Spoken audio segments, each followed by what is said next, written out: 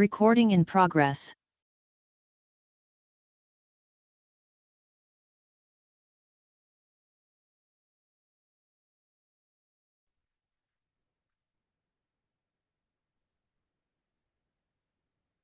കുഴപ്പമൊന്നുമില്ല. ഞാൻ എന്തായാലും മിക്കവാറും വീഡിയോ കാണത്തില്ല.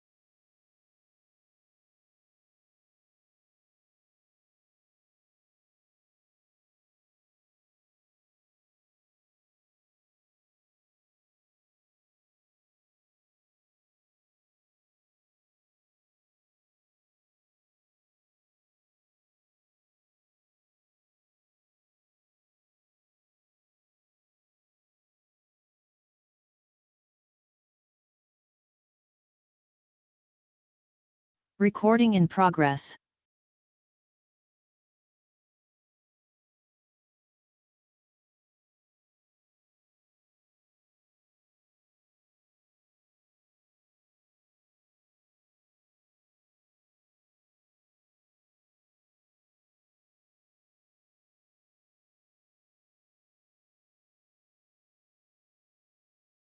Recording in progress.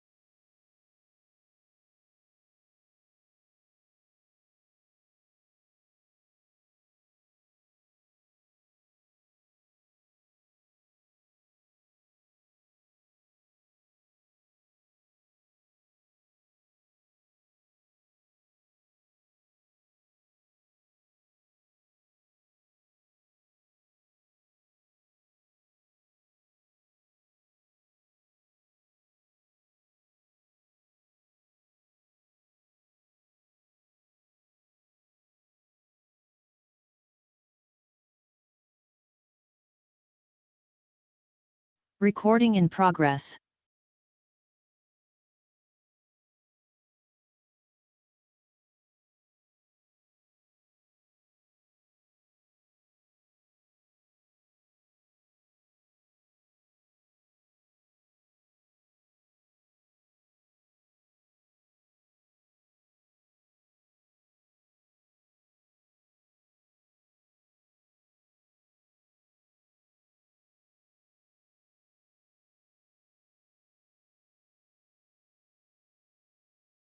Recording in progress.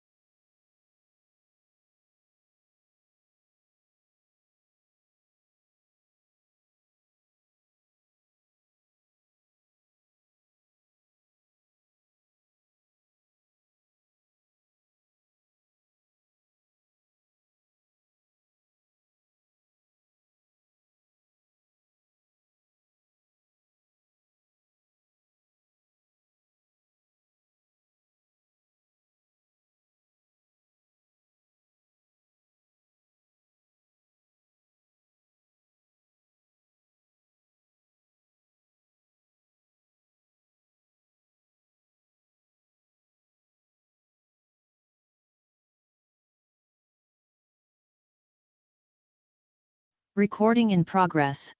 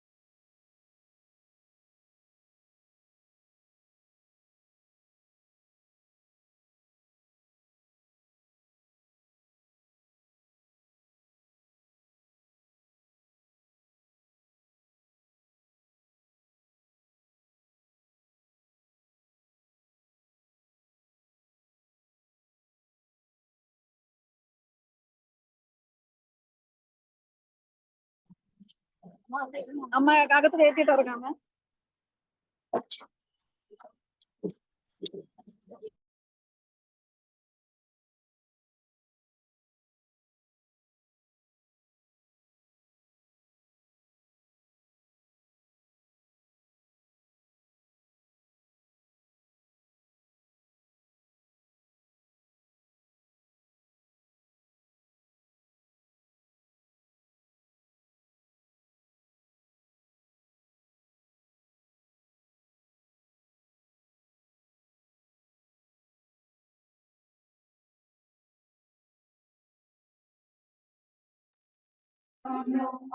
Hello.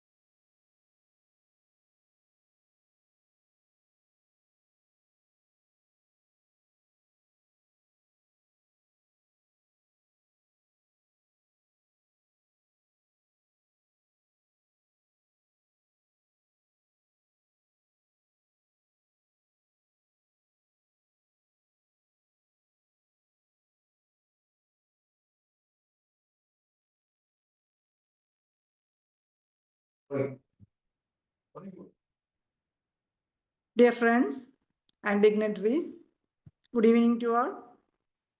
Today, the sixth day of the International Seminar Series, titled Reimagining Decentralization in Kerala, Local Governance for a Sustainable Future.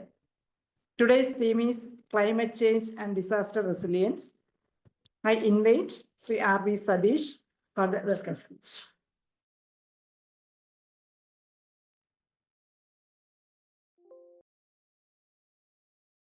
Good evening to all. I think I am audible. Yeah. Yes. Good evening to all. Today is the sixth day of our seminar, and today's topic is, as Srila said, climate change and disaster resilience. In this session, as panelists, we have Dr. R. Ajay Kumar Verma, former scientist, Center for Earth Science Studies, and former chairman, State Environmental Appraisal Committee, and Dr. S. Srikumar, Disaster Risk Management Expert, KILA, member Kerala State Environmental Appraisal Committee.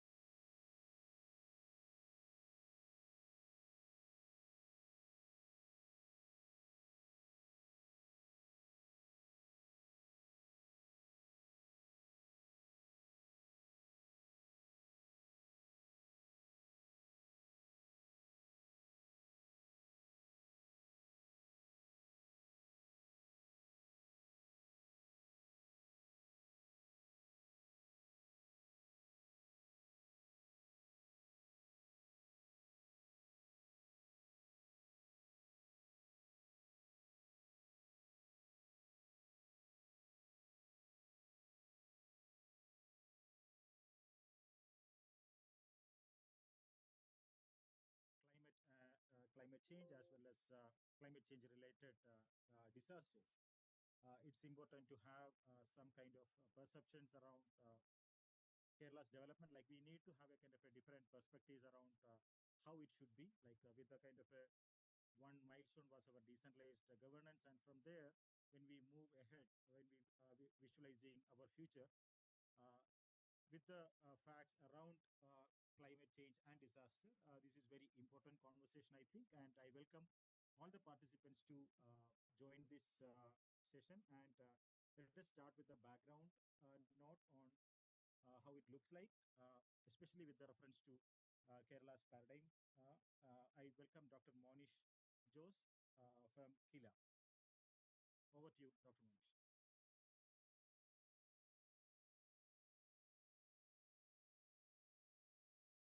Thank you, sir. And I really thank you for the organizers for inviting me to this particular event. And I have shared my slides. So is it possible to share the slides here? Yes.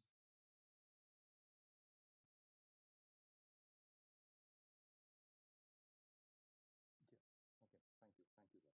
So as the moderator rightly said, I mean, we are really in a situation where the climate change is not anymore considered as a myth. In fact, it has been something which we need to like really take. Sir, mic കുറച്ചുകൂടി അടുത്ത് വെച്ച് സംസാരിക്കണം sir. Okay. Am I audible now? Yes, yes. Yeah, okay. Yeah, thank you. So right now, we all know, I think we all now realize that it's something which is going to affect us. I mean, that is not what I actually wanted to say. So rather than that, this is something which need also very quick action. So it was earlier considered that maybe we can have like a very slow pace of actions, climate actions, which take us forward slowly towards mitigating the impact of climate change and also adapting according to that. But recently, the global literature says that that is not so, because we are almost towards a phase where we have to act very quickly. And specifically with respect to Kerala, I think that is very relevant when we look at the kind of vulnerabilities which Kerala is facing. I think my co-speaker Pradeep will be very much looking into the vulnerability part which Kerala is facing right now. As a state which is regarded highly for its development and also for the specifically with the human resource sector and also with all the other indicators which we have, uh, what are the activities which we could actually take up so that we could collectively act to reduce the impact of climate change and also possibly to adapt accordingly. We do know that there are like the global frameworks which are available, but definitely one thing always the global framework specifically mentioned was regarding the importance of acting locally. And that acting locally is in a way is the only way which even the global literature which says that the by which the impact of climate change can be reduced.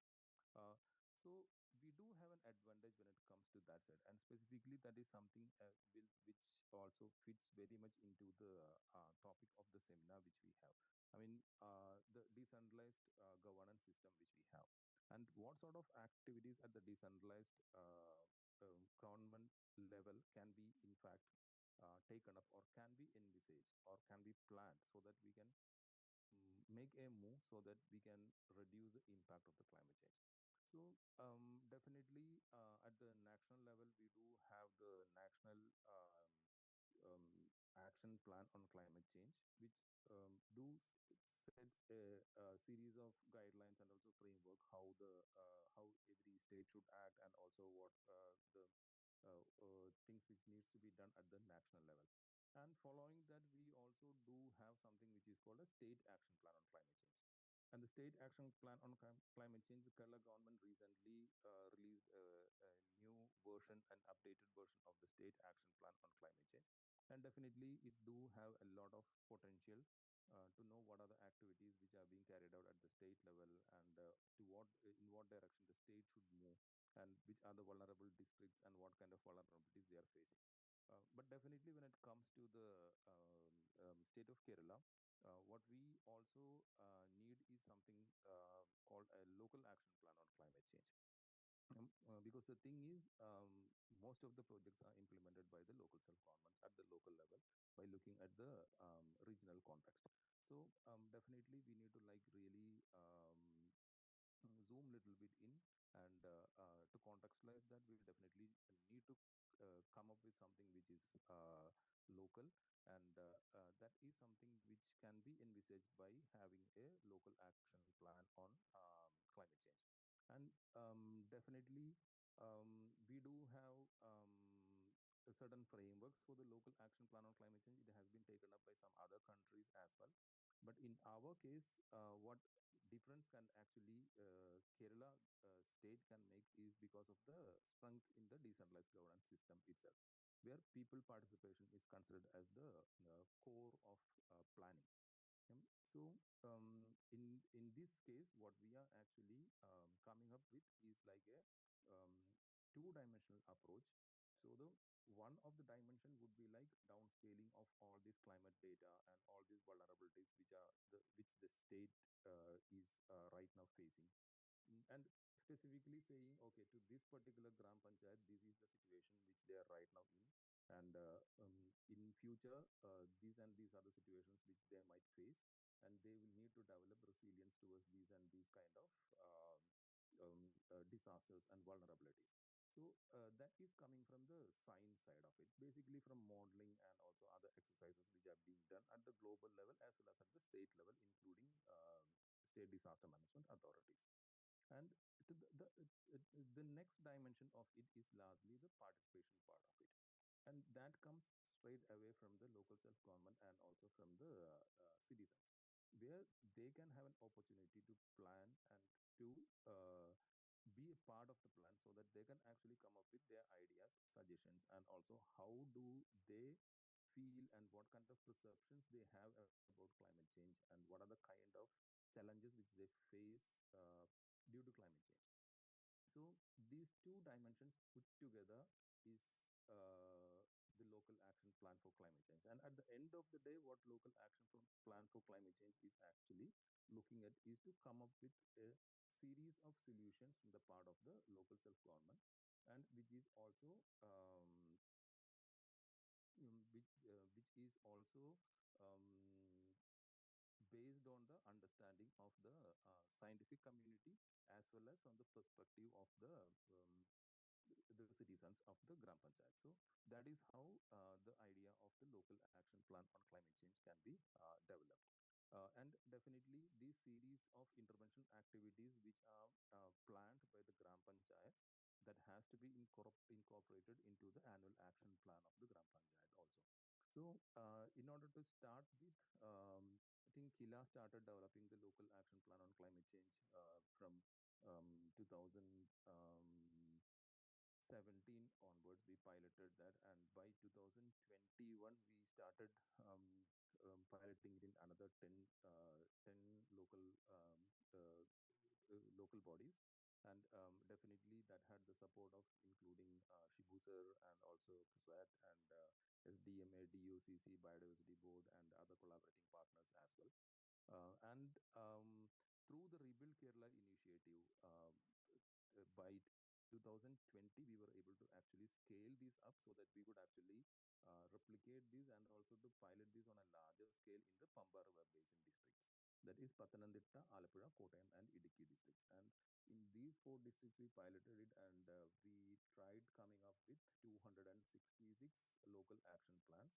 And these local action plans, like I said, which are prepared by the local self-government, that is definitely having this particular integrated approach into that. And I think the local government have taken this preparation of the plans quite seriously. In a way, I mean, definitely we do have to provide the technical support for that, but definitely the local self governments are very much aware of the issues which climate change is causing, and they are like very much showing interest in actually reducing the impact of the climate change. So this integrated approach that do also have like a participatory angle in that, and this participatory angle comes actually with a focus group discussions with the key stakeholders, and there are like around 18 key sectors in which every local self governments need to do focus group discussions so that they can know what are the impacts of the climate change and how are they perceiving it, and are there any local knowledge or traditional knowledge which can be used, are there any local solutions which are available. So these things are actually the part of the focus group discussions, and these focus group discussions are actually taking place with the basis of the scientific evidence which we developed from the first scientific downscaling of the data. So these maps will be provided to the community, and based on these maps, they will be discussing it. So in our experience, what we found out that as an outcome of it, the community were able to in fact document the changes in biodiversity and also sectoral impact of climate change, and also different disaster vulnerabilities which they are facing, and also to a certain extent they are also able to find local solutions to that also. Um, and once we did that, the next thing which we also wanted to look into was about the climate financing part, because the climate financing part was something which was like really not very much taken up at the state level. I mean, not even at the national level, I should say. So Kerala is one of the first state which actually started to have something like a climate financing component also integrated into this particular activity. So for that, the requirement which was placed was basically to come up with a tool which could uh, be used to provide climate incentives to the local self-government. But along with the design of the tool, we started discussing and brainstorming with different stakeholders, different institutions, academic and non-academic institutions, different departments and NGOs and different players in the field. And then we realized that this tool can actually have like a multiple function, not just only as a financial incentivization tool alone. This tool can in fact can also be used for educating the public, and also for capacity building of the local self-governments itself. And gradually, a dynamic tool, if you are designing, this tool can actually yearly used so that it can develop in its own way the complexity which is required, so that the local government can grow within the tool, so that they can start from like very simple climate action, and at the next year they can go to the next level, so that from a very simple act they can actually go into like the complex climate actions in the coming years. So definitely through the tool they will be also able to, when they are doing the assessment of the assessment of their projects and the kind of activities which they have taken up, definitely it is also like building the capacity of the local government. See, if you are doing this activity today, you will be reaching here, but if you're taking up an activity which is a little bit more complicated than this one, then you will be reaching at this stage. So that kind of a pathway the tool can definitely provide to the local government. So based on that, we in fact designed this tool which is called the disaster and climate action tracker tool.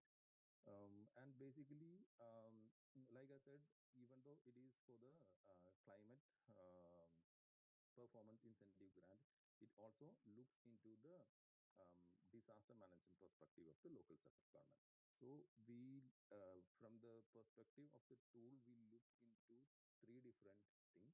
So one is the kind of activities which the Gram Panchayats are doing towards reaching climate resilience. And the second thing is the tool also looks into the kind of activity which the Gram Panchayats and also municipalities are. Yeah, in these four regions, even the municipalities are also considered.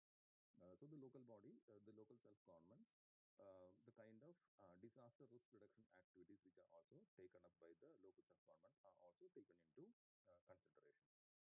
And the third part, we also look into the good governance part of the local self-government.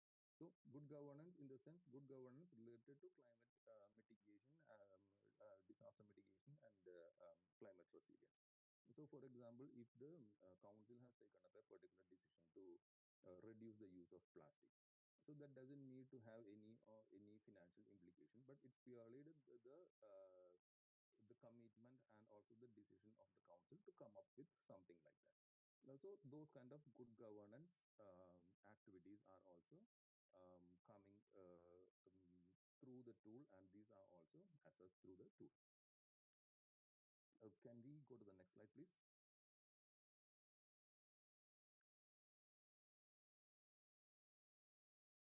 Yeah. So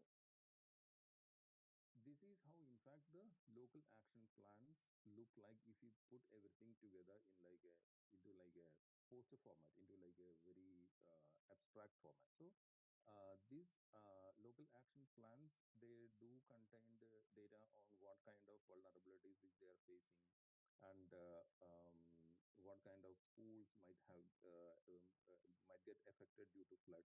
So these contains both data from the disaster management plan as well as from the local climate action plan. So these are put together in a way that the local self-governments can easily understand that. So I think the one which we have on display is from Koni Gram Panchayat.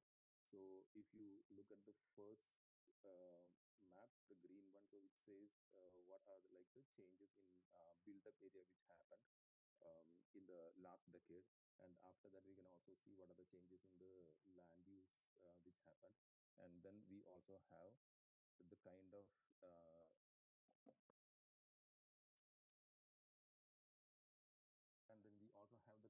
vulnerabilities that particular local body is facing in the next table.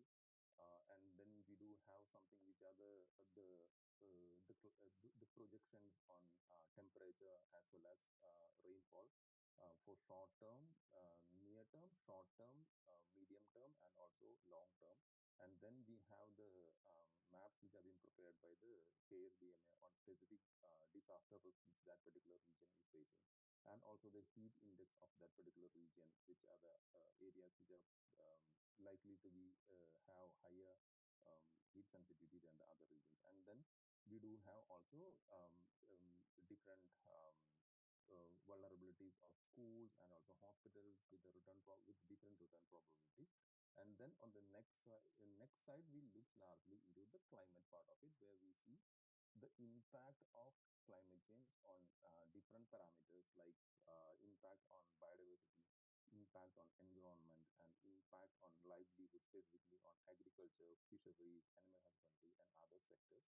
And then towards the end is the activities which can be taken up. I mean, here it's only like an abstract of activities which are given, but as an output of these documents which are prepared by the local self-government, these parts are like quite in detail, where they say, so these and these activities needs to be taken up in so and so wards, and these kind of activities needs to be taken up in these areas. So those kind of project ideas are in fact coming from these documents. And that will be plugged into the annual action plan of the local self-government. And definitely for this, at least in this particular project, for these 4 districts, climate incentives can actually be provided for that. Yeah. And can I go to the next slide, please?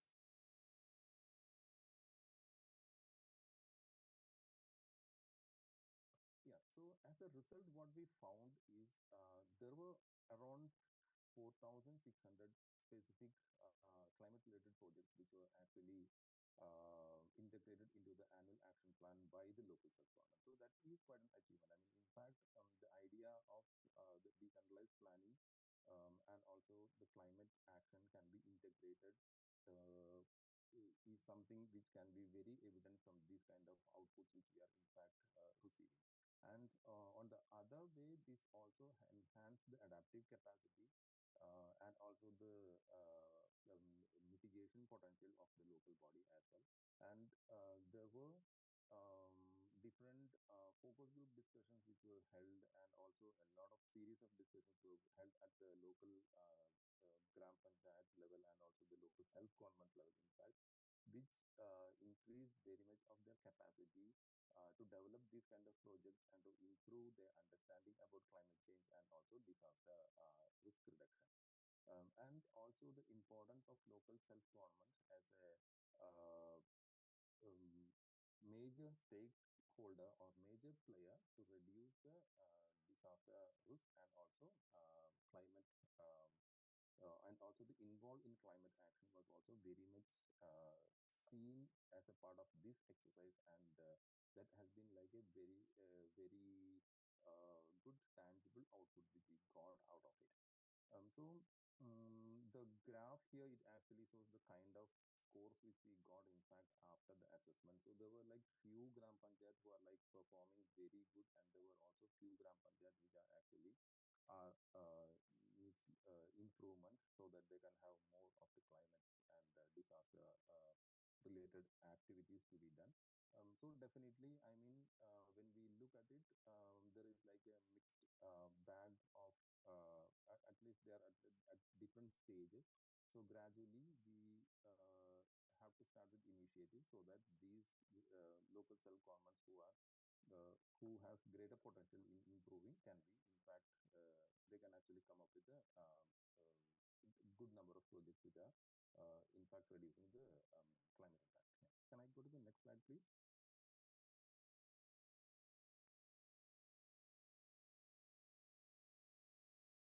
Yeah, so from this exercise, what we had as a takeaway for this particular seminar is definitely the participatory planning and local action plan and climate interventions can be integrated, and this can be very much operationalized in realizing the sustainable development goals and the Sendai framework at the local level. So that is something which really we learned from the strength of the local self-government system as well as the local self-government itself. Yeah. And the other thing is integrating the scientific knowledge with the local knowledge is in fact possible. And in fact, that is the way in which we have to proceed. That, I mean, one thing is the lack of high resolution scientific data specifically for Kerala, and also to reduce that particular challenge which we have, we could actually use the local knowledge which we are available, which we have at the local level by using the strength of the local self-government. And this actually demonstrate how the decentralization can drive effective climate governance in long run through these kind of action plans. And lastly, the incentivization part, the financial incentivization part for climate action, and that is also something which can actually drive climate action and to achieve climate resilience at the local level. So these are the takeaways which we learned after the effort which we did for the last few years. So definitely, I think for the future, we will be looking at making this entire exercise a little bit more simple so that the local self-government can do it within their framework itself without additional technical support. And we also wanted to look into that critical part of incentivization, which actually makes a local self-government to start acting and coming up with projects on climate action and disaster risk resilience. And sooner or later, we'll be also looking into the impact in terms of the different tangible benefits which we got after the implementation of these projects through these local action plans. Yeah. Thank you. So this is what I wanted to like start at the beginning. So definitely we will have further discussions on that. So I pass on to the moderator. Yeah. Thank you, sir. Thank you, Dr. Monish, for this very crisp and clear. I think like everyone knows that like climate change is one of the what do you call it cut across all the development sectors. And in Kerala, when we get into local planning, this is very important to gather that data scientifically. So that is going to be the biggest challenge in the Pamba Basin for the last 3.5 years. The team led by Dr. Monish Khila with the supervision of LSGD have been trying to do this. This is two things: scientific community with local political leadership. So this is going to be very interesting for the future of Kerala. How this governance from good governance turns into climate governance, and most importantly, tapping the climate finance. That is also another challenge for Kerala when it comes for implementation of these plans. So this is going to make it like I think the Pamba Basin the experience from the Pamba Basin, the local self governments, is going to be the fueling power for Kerala in the next decade for local planning. And the direction is correct. The direction is there. The tool have been developed. The DCAT tool is there, and we already have enough data from the ground, and we have the experience, and we have created that capacity within local governments as well as the people around planning as well as implementation. So this is a kind of a direction, or this is a response of Kerala towards climate resilience in local planning and development. So let us move to the next presentation, the background presentation on to Mr. Pradeep. Uh, uh, and a request to Pradeep is to limit to 10 to 12 minutes. Thank you. Yeah.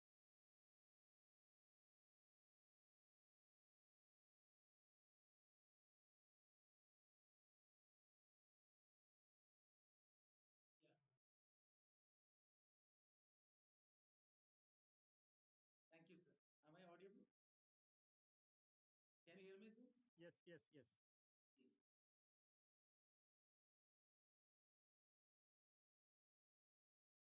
Yes. So, good evening. I am very much delighted to join this section on building climate change and disaster resilience through local governance. So, our approach is often seen as a living example of decentralized disaster management, where resilience is not built in offices, but every LSG's ward and community. So Kerala has always been a pioneer in decentralized governance over local self-government, Gram Panchayat, municipalities, and corporation are not mere administrative unit. They are the heartbeat of development and community action. So actually, in after 2018, we realized that resilience cannot build in control rooms or command centers alone. Because I know very well, because I am a emergency manager last 30 to 14 years. So it must begin our Gram Sabhas in our ward communities, and the decisions about land use, water management, and local infrastructure also came from the local level itself. So that is why Kerala made a strategic shift from a reactive disaster response system to a proactive, decentralized disaster risk reduction model anchored in the local self-government institutions. So in my presentation, I am focusing on where we are in PRR. So can you share my presentation, please?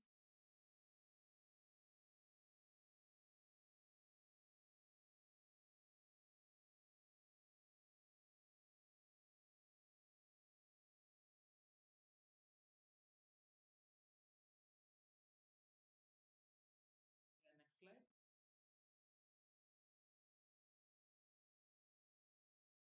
So Kerala is among India's most hazard-prone yet most densely populated state. So that is why it is called a multi-hazard prone. It is mainly due to the extreme weather events and human-induced land modifications and their impact on environment. So data shows that about 14.5% is flood prone, and according to the Geological Survey of India is concerned, around 21.4% of land is landslide prone, and more than half of the coastline faces erosion and storm surge threats. So the state slides in seismic zone 3, and lightning alone claim around 6 lives annually. So this overlapping of hazards like flood, landslide, lightning, and coastal erosion make multi-hazard risk management is essential. So actually what happened, in addition to the nationally notified disasters like flood, landslides, drought, then earthquake, tsunami, etc., Kerala faces several state-specific disasters also, which include coastal erosion. So it is a significant issue affecting Kerala's extensive coastline, threatening both the livelihood and infrastructure. Then lightning, then high velocity wind, that is what is called a gust nado, then soil piping, a lesser known phenomena, but causing underground so-called tunnel erosion. Then sunburn and heat stroke, common occurrence during peak summer month with rising temperature, increased heat risk. Then comes to heat wave. Though it is relatively rare, these are becoming more frequent due to the changing climate pattern. Then next, human and animal conflict, a growing concern. So these unique challenges require tailored mitigation and preparedness strategies along with the nationally recognized disasters. So this show how the state broadened the scope of disaster management beyond the natural hazards. Next one, please. Next slide. Then, in terms of vulnerabilities, Kerala faces a significant number of both natural and anthropogenic disasters. It includes 17 natural disasters and 23 anthropogenic disasters or man-made disasters. I am not going to in detail. Next one. Next slide, please.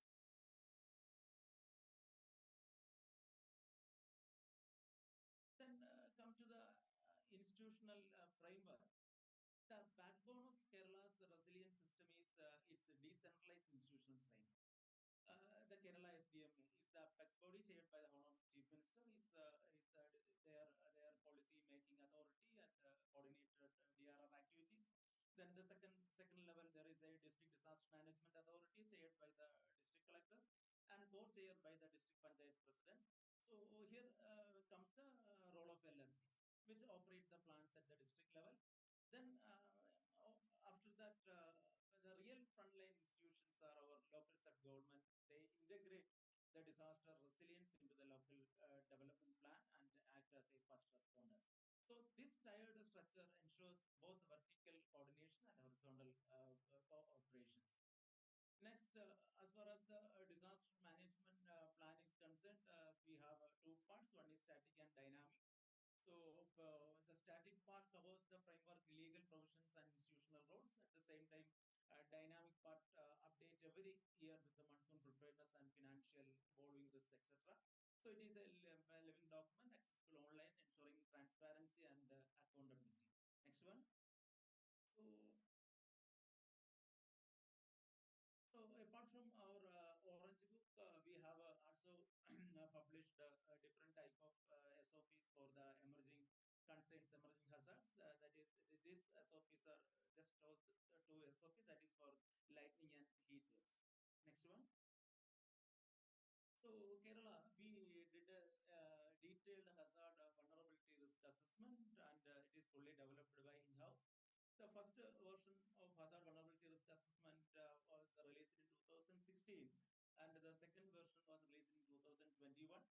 And this version 2 uses a risk indexing approach. Every LSC is ranked by the hazard exposure, vulnerability, and coping capacity.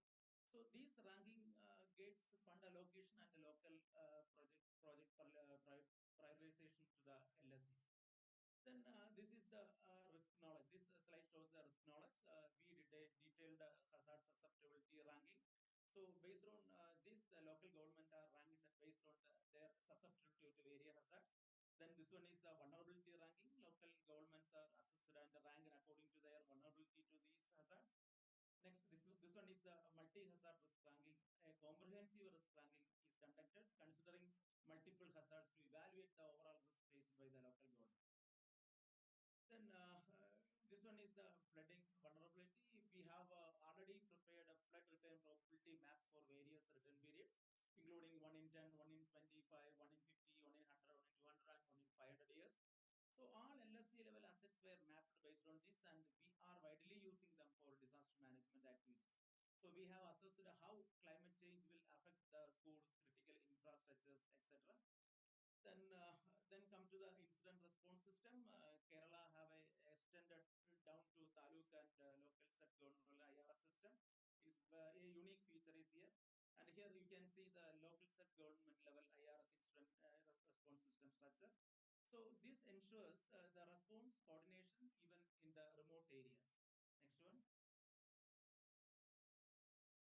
So in Kerala, we have our own decision support system. That is what is called Kerala Warning Crisis and Hazard Management System. This is an intelligent decision support system integrating to the hydrometeorological sensors, forecast, and SOPs. So So it combines around 280 geospatial layers, then scenario libraries, then integrating hydrometeorological sensors, forecast, then SOPs, etc. Then more than 1,000 local government and emergency stations can access it in the real time, making early warning decision, and it is in an actionable format. Next one. So we have nearly 120 towers are there, and we installed the sirens and strobe lights in the towers, and these triggered from the sirens and strobe light. We can trigger from EOCs, from SEOC, DOCs, and EOCs itself, and also it have the audio video alert and including pre-recorded voice messages. Then, in terms of weather, water, and seismic observations, so we know very well that resilience relies on the observation. So we have already 120 automated weather stations in Kerala. It is under the control of IMD. Then, apart from the IMD, we have 110 SkyMet AWS weather stations. Then also we have 30 IMD and rain gauges. Then next one. Also, we incorporated APIs to the cyclone forecasting agencies like IMD, NCM, WF, SkyMet, IBM Graph, etc.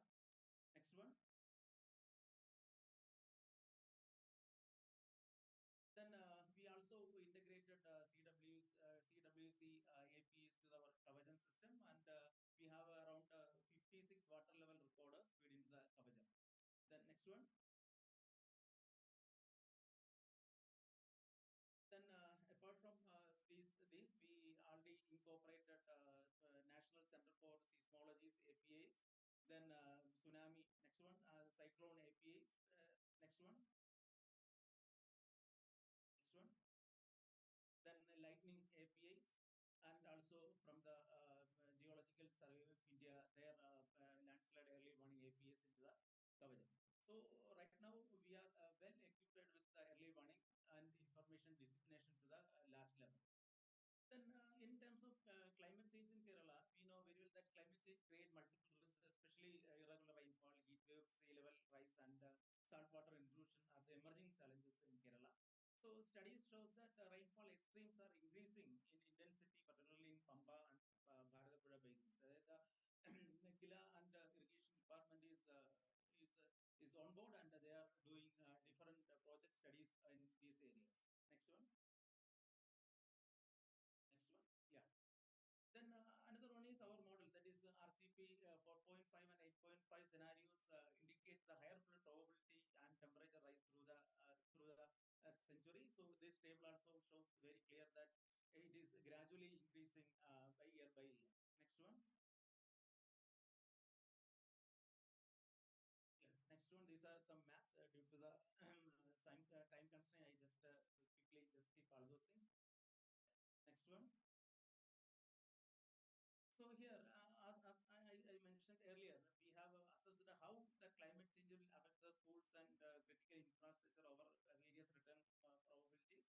So we mapped each and every schools and critical infrastructures in a LSE level, and we plotted in the geospatial data lab. Then we can know that this much rainfall will affect this much area, and this much infrastructure will maybe affected due to the extreme weather event. Like that we already mapped, and that is published on the website.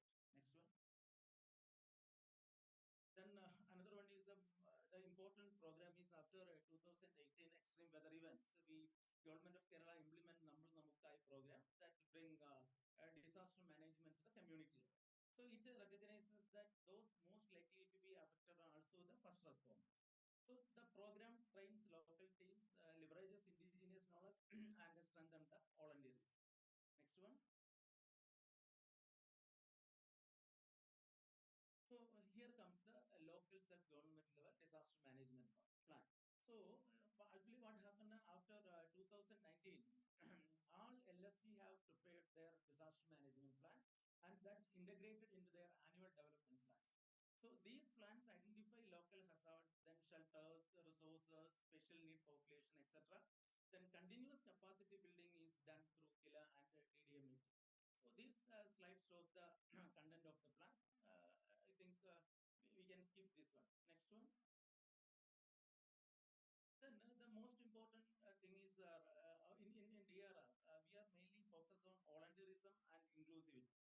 So in Kerala, Kerala's resilient model is inclusive. So volunteer support, preparedness, then rescue and animal care and counseling is very important. We have three type of volunteerism. One is Apda Mitra, second one is Samuhika Sena, then the third one is civil defense. In LSC level, we are also have the local self government level ERTs, emergency response team. In Kerala, Directorate of Volunteerism is there, and it is called Sannadha Sena. Then next one is the disability inclusiveness. Then here we have a different type of inclusiveness, or transgenders inclusiveness, then disability inclusive, incorporated palliative care, then tribal DM plan. So each and everything is we have included in our DRR programs. So this social inclusiveness make disaster response humane. Then these are the some important initiatives taken by Kerala SDMA, and flood early warning system, then landslide susceptibility mapping, then different programs under Rebuild Kerala initiative, then school and college safety, hospital safety programs, then tsunami ready programs, risk informed master plans, then vulnerability linked relocations, etc. Apart from these pan Kerala programs, we have some place-based pilot project also. That is in Kanichar Panchayat, we have a living lab project. Then in Mudadi, we have a heat resilience project. And at 9 coastal district, we selected 9 LSGs for tsunami ready coastal panchayat. So like that, different local level programs are also going on in Kerala. Next one. Next one.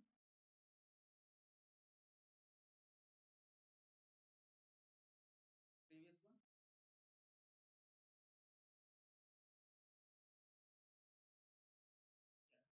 So in response capability, we have 17 specialized shelters over Kerala.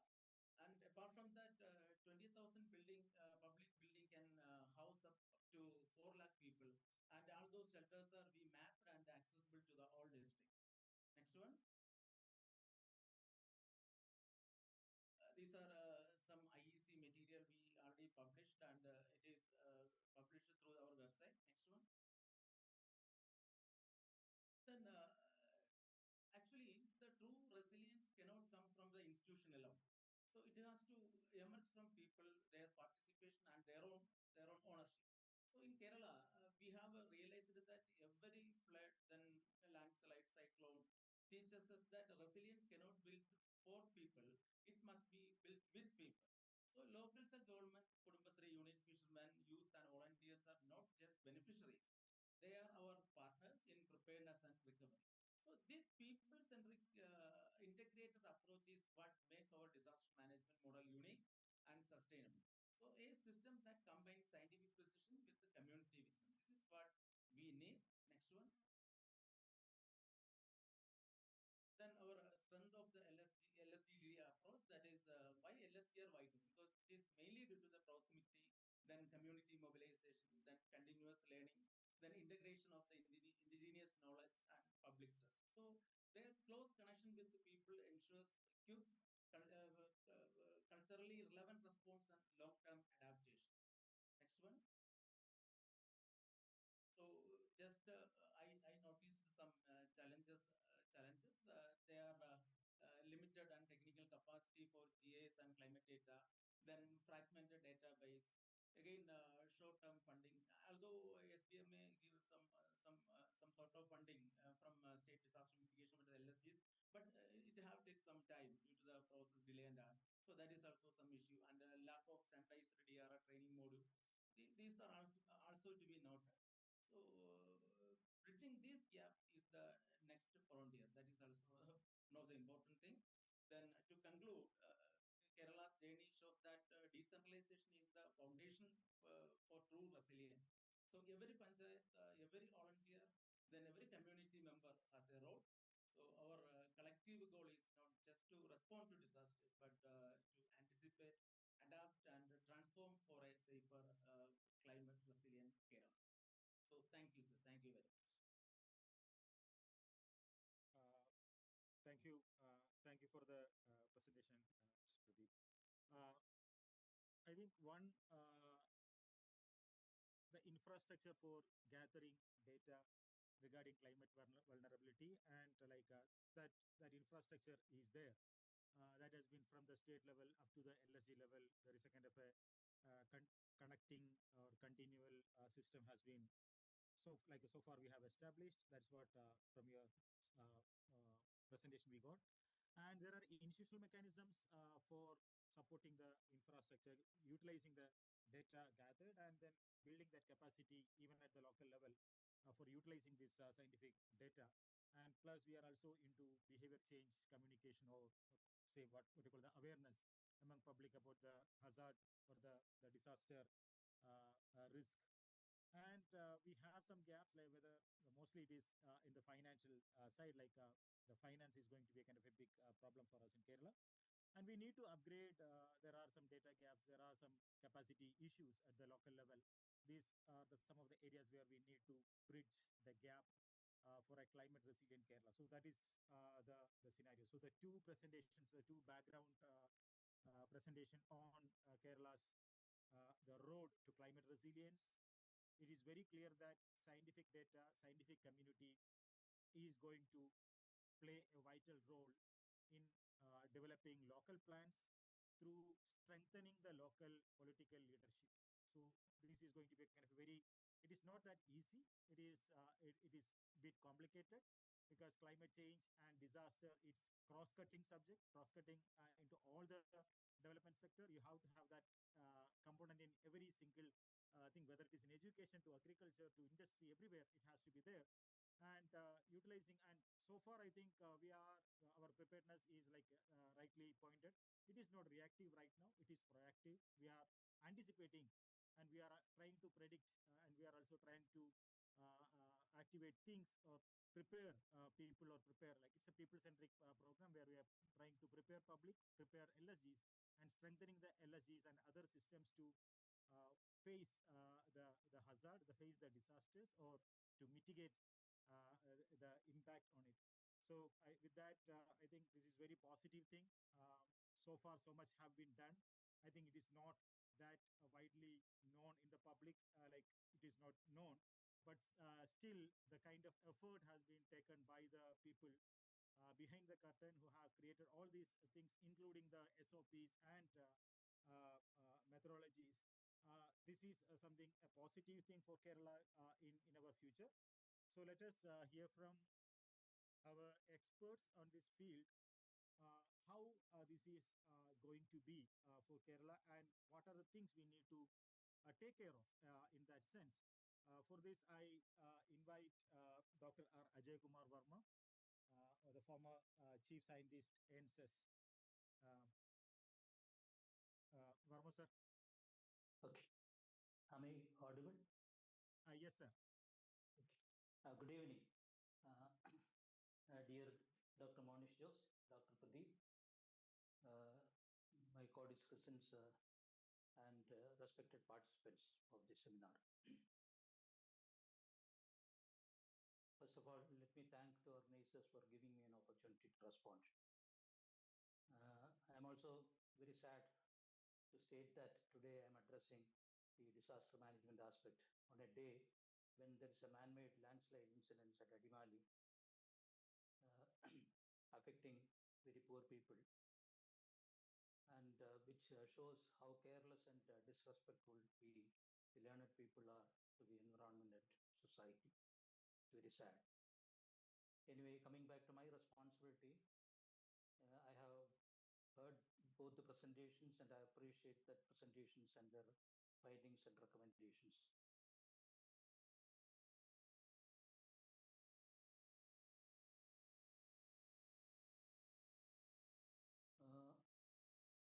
Basically, I understand the requirement of promoting ecosystem-based participatory approaches that they are suggesting in their recommendations, and also the need for integrating the precautionary and science-based approach. As such, we discuss the climate and disaster resilience mainly because the natural resilient systems are mostly tampered with, and hence we have no invent now we have to invent systems to strengthen our resilient system. This is a fact. We have a very highly fragile state with a very high level of tampering the environmental systems. So, in this context, I would like to submit that the climate and resilience, disaster resilience, is pertinent to carrying capacity of a particular natural domain. Actually, carrying capacity is the basic fact. And if the carrying capacity of a particular domain is tampered with naturally, we will not have resilience to the climate changes and climate and disaster resilience. So carrying capacity of a domain is very important, and it means the supporting capacity of sustaining the natural processes and optimal development of a domain. Just because lack of the tampering with the natural processes mostly lead to landslides and such other disasters. It also incorporates the assimilative capacity of the environment to assimilate the pollution load and adverse environmental impacts.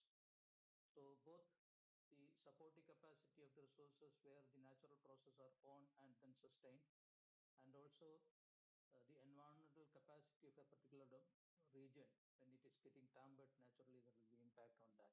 So carrying capacity is an important concept that we have to consider when we are talking about the climate and disaster resilience. Of course, sustainable development of growth of a natural domain is limited by its carrying capacity. However, it could be enhanced by improving the efficiency and adopting appropriate technology. So there is a possibility, even if possibility of enhancing the carrying capacity of any region by having appropriate technology inputs and also efficiency of implementation tools and things like that. So carrying capacity of a domain is best estimated on the basis of natural region or ecosystem, which normally is done through watersheds. We know that a watershed is bounded by a water divide, which provides a natural geohydrological domain within which all the natural processes are confined, and resilience can be defined within that watershed. So any sort of resilience buildup need to be within an ecoregion or ecosystem, which in turn is called a watershed. Therefore, scientifically, watershed provides an ecosystem to enhance the climate and disaster resilience and to plan the disaster reduction. That's what my take is.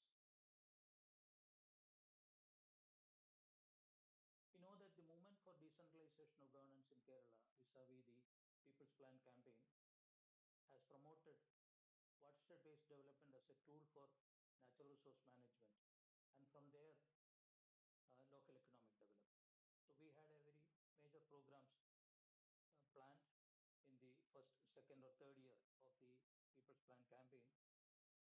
However, we could not progress well as the sustainable planning system due to various factors. The watershed program did not get converted to a sustainable planning system at that point of time. This is mainly because the LSDs could not hold on to an institutional system required for the conventional and watershed programs in its classical procedure, in addition to the evolving institutional changes pertaining to decentralization. Because the local self-governments were evolving as a system of administration, system of governance, and in between, we did not have adequate capacity to incorporate the classical watershed procedures into that particular system, and so we could not continue with the ecosystem consideration for local level development at that point of time.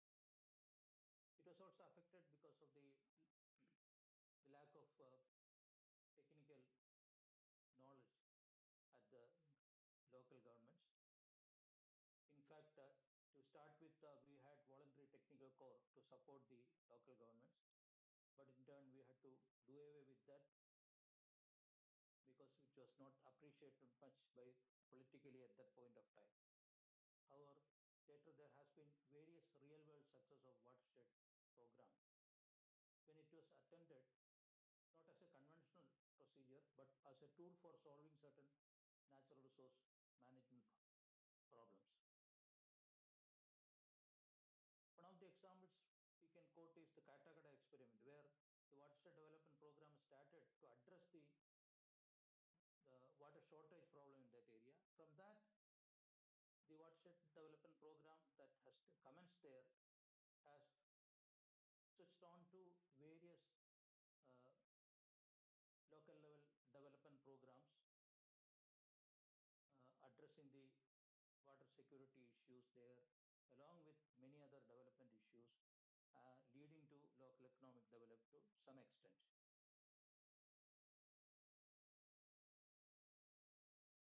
So from the presentations as well as from our experience, it is necessary that we need to enhance the technical capacity and expertise to use modern scientific tools at the LST level, along with expert agencies for technical empowerment, coordination, and capacity building for a sustainable development future for the LSTs, especially for addressing such risks as climate change and disasters. But it's also a fact that irrespective of the support that can be given at the state level, how long the LSTs will be able to thrive on with these supports to have a system build up of their own. Therefore, it is necessary that they have to have their own sort of resilience build up within their local governments. So, in the background of Kerala's strategic decentralization, technical and financial empowerment potential of local institutions, like we have so many systems to support the local governments like ILA and the disaster management authorities and such other various organizations. Efforts taken for anticipatory actions in the face of ongoing climate extremes, like the local level disaster management plans prepared. So I thought of putting forward certain suggestions while reimagining the local governments for a sustainable future.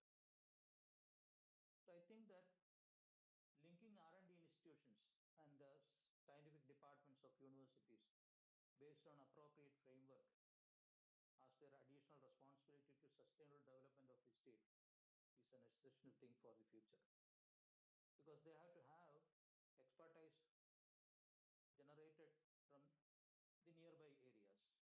We have so many R&D institutions and university departments who could support these local governments within a framework if it is supposed to.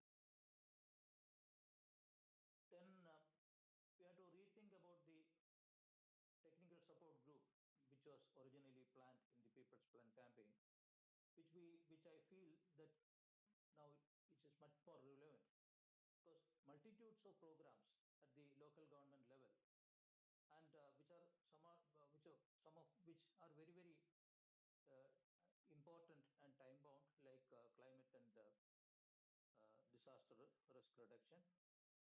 So there need to be local level experts,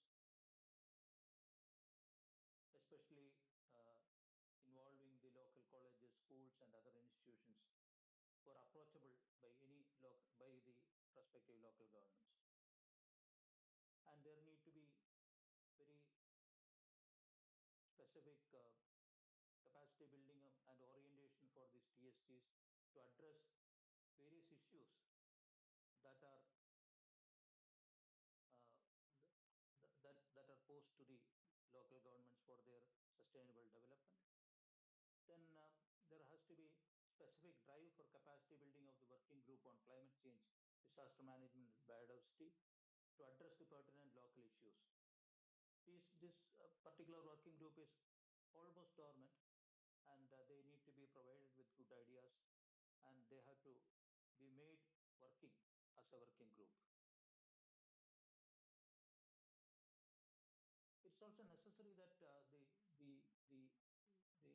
local governments have to avail the skilled services of local educational institutions.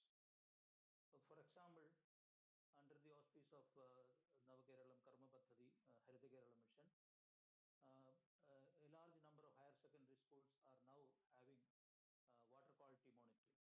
It's very important that the water quality is known for the local areas, so that they will be able to plan the health surveillance program, etc. So it will be useful.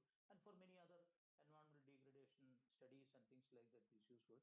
Is one of the examples that the educational institutions can contribute and strengthen. That is, in the present scenario of environmental fragility of the state, it is necessary that every panchayat, every local government, whether it is panchayat or local municipality, they need to know about their environmental state.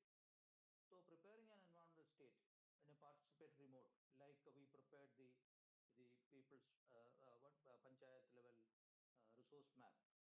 So they will be able to prepare a state of the environment report of LSTs based on ecosystem watershed concept, which may include participatory mapping of vulnerable areas, which will address disasters both in various places. This could lead to long-term integrated plans and differential implementation plans. Differential implementation plans, I mean that various different programs culminating at the local governments can be planned based on a long-term integrated plan of the local government. While implementing these plans, certainly necessary that in the new days of environmental fragility, it has to go through an environmental screening, so that environmental management plans, which are required for incorporating into projects which may have adverse impacts, to be known. So environmental screening is another important aspect that has to be built into the system. In such areas, it would be good to have clubs of elderly experienced people, experts, for monitoring and evaluation of the development programs that are going on, which includes resilience build-up for climate and disasters. It's also necessary that we think of discussing the local development plans at the local college and school levels. For LSDs as their laboratory and developing demand for skill. So skilling at the school level and students and teachers learning LSD development as a laboratory. Then it's also important that scouting for appropriate technologies, new technologies, evolving technologies, and avail transfer opportunities of those technologies through appropriate self-help groups promoting local employment. So these sort of suggestions probably we may have to think of while reimagining the future course of actions for local governments as a sustainable development system, especially within the carrying capacity of each of the local governments, considering the ecosystem concepts of watersheds. So this is what I thought of submitting before the participants. Thank you. Thank you, sir. I think the key thing which you mentioned is all about having a kind of a focus on watershed-based development and carrying capacity, basically the carrying capacity of the ecosystem. And then the suggestions, one of the highlight I think is technical support groups, as well as making the working groups work. Most of these working groups, not just on environment, but for many other sectors as well, it is basically dormant right now, but activating them in a very proactive way for a better planning as well as implementation is very important. So that is also a kind of a very welcoming suggestion. And I think one of the core thing is linking the R&D institutions as well as schools and colleges with the local planning and involving them. That is the one area where we are actually having a kind of a slightly hesitation from the political leadership. And we have seen that the successful models of environment rejuvenation programs, where we have seen that it is in a campaign mode with a kind of a political leadership. So that means where there is a political will, all these things can be coordinated into a kind of a successful action plan. So I think these are some the valid suggestions. I think very important suggestions for us to look for while we develop a kind of a approach paper for Kerala's climate resilient and development with a focus on decentralized governance. Thank you, sir. And I'll just move on to Professor Sri Kumar. And just before moving to him, let me just check with the participants. For the want of time, can we just extend it to 20 minutes more? Because we are just lagging on something. I don't want to cut the speakers primarily because these all are very valuable points, and I want to get those points from the experts. So I think if you don't mind, we can just extend it for 20 more minutes, and I'm just going to uh, uh, so the floor is open for Professor Sri Kumar.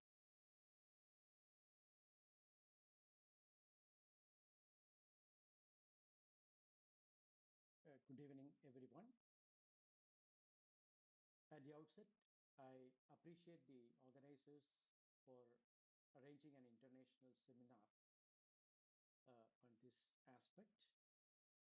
The previous speakers have provided a comprehensive overview of disaster management and climate change action in Kerala. Dr. Ajay Kumar Verma also mentioned about the importance of watershed in climate action as part of the climate action program. And when we talk about the disaster history of Kerala, we have to keep 2018 as the milestone. Before 2018 and after 2018, you see that a lot of events have frequency of disasters have come, and also the climate change, also extreme rainfall events have also increased. So after 2018, actually the local self-government is put in the driver's seat, I can say like that. The role of LSG in such situation, emergency situations, is proven after 2018.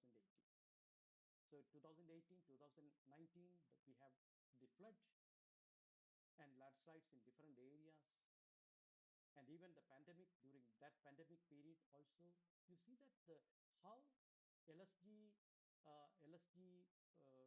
all the local self-government played a very crucial role in managing and also the response mechanism. The role of LSG in such situations, that we can say that the efficacy is already proven. And after that, you can see that we have a new working group for the disaster management and climate change, biodiversity and environment. And the role of this working group, that is the 13th and 16th for the Grama Panchayat and also for the urban, the municipalities, you see that the role is very well defined. So their role is, they have to play a very important role in the disasters and climate change that is happening in the local domain. And we had prepared 2019. We had prepared the DM plan. That may be the first state in India. You can see that all the local self-government has got the disaster management plan. Kerala is a model to other states in India for decentralized approach to disaster risk reduction. And the DM plan is prepared scientifically and with people participation. And it is prepared after the focus group discussion with different stakeholders. And now we ensure that this DM plan plan should be there, that should be updated every year, and that must be submitted to the DPC for approving the annual budgets.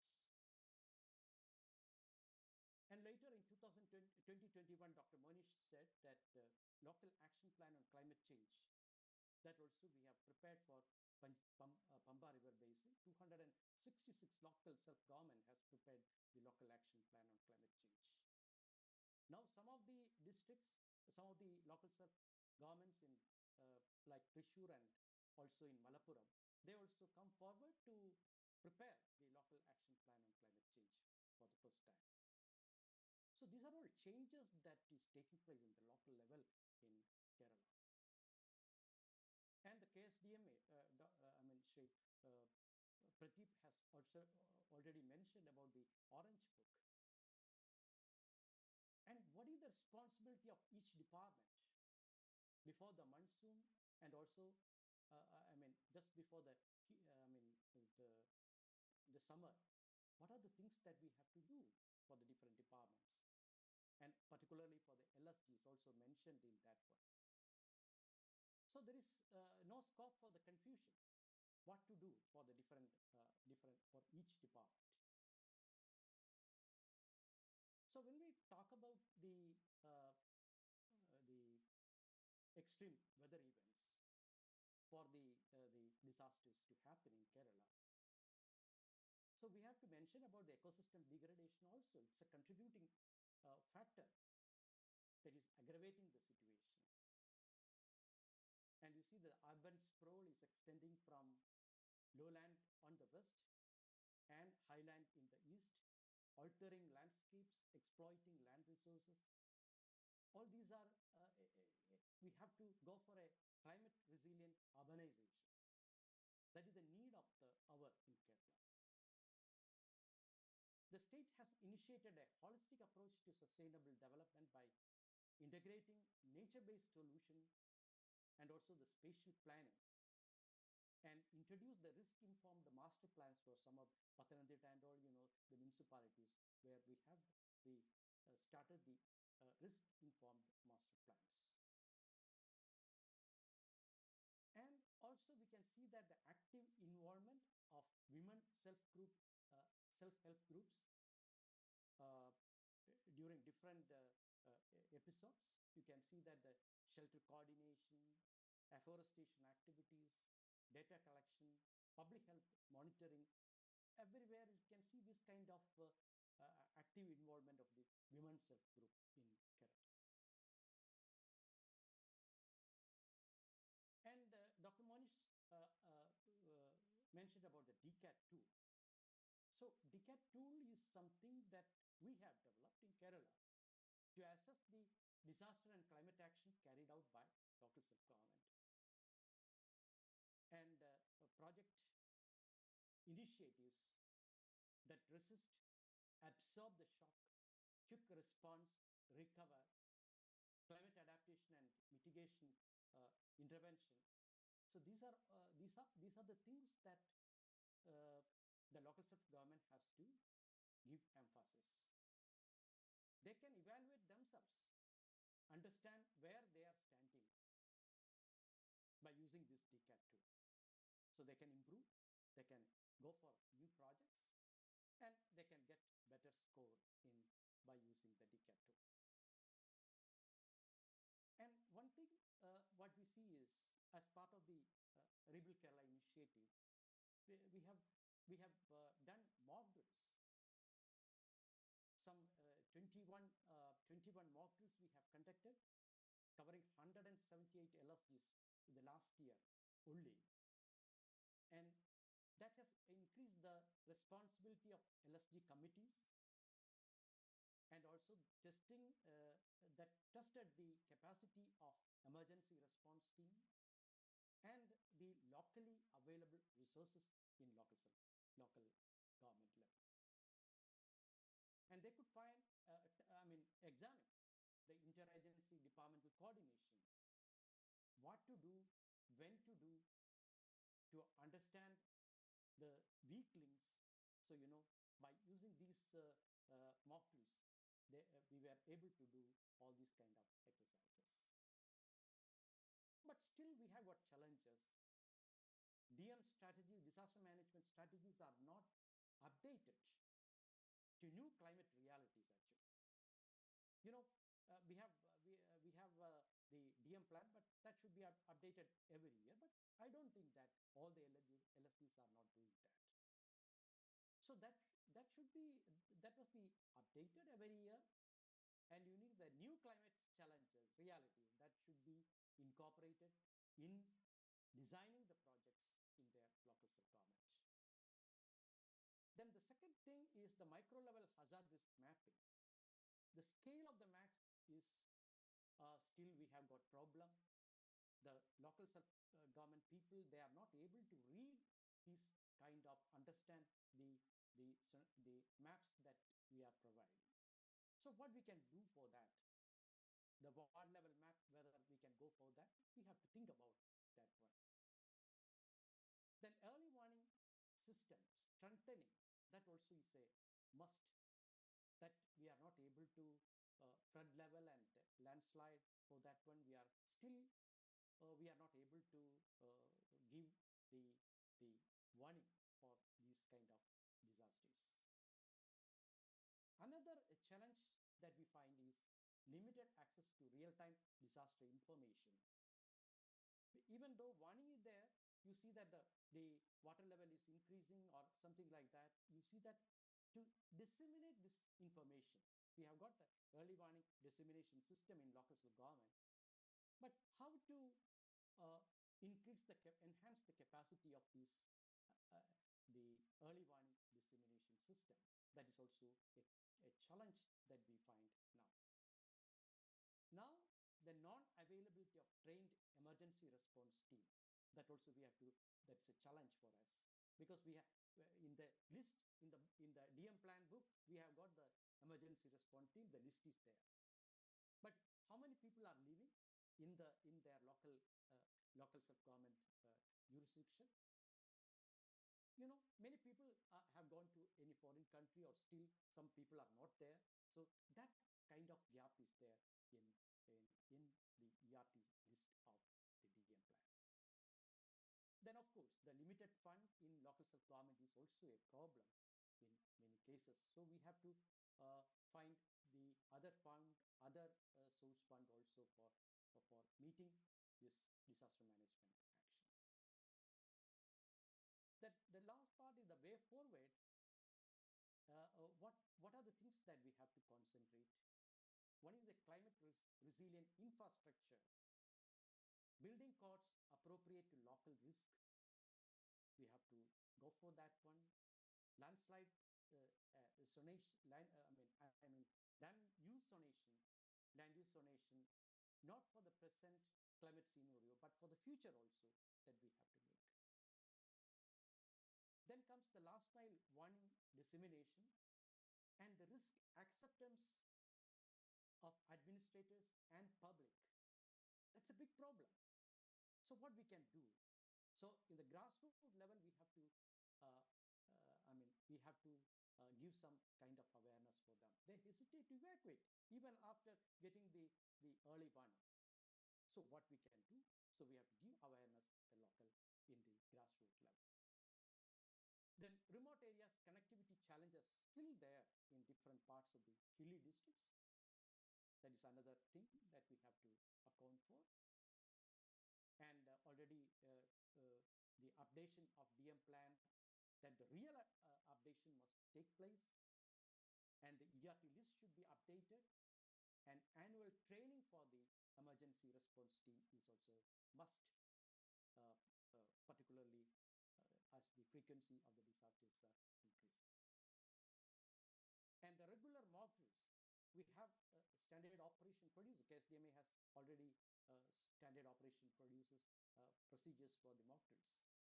So scaling up this initiative to the entire state, we can do it in a cluster ways, as we have done in Pamba River Basin. So that is that also we have to think about. The technology integration, that is very important. Modern technologies like AI and machine language and all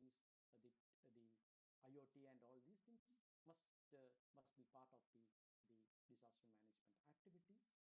And rightly said, academic collaboration is very important because a research institution cannot do all the kind of, say, for example, the mapping and other things in the ward level.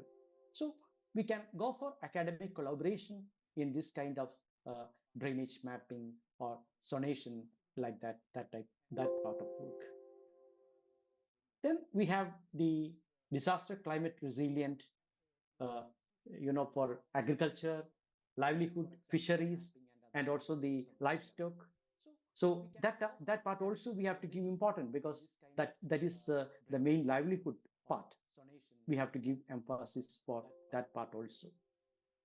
Then other source of fund, how we will meet.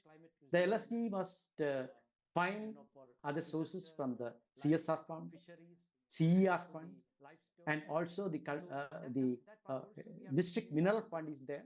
So we can utilize that fund also for the disaster management activities.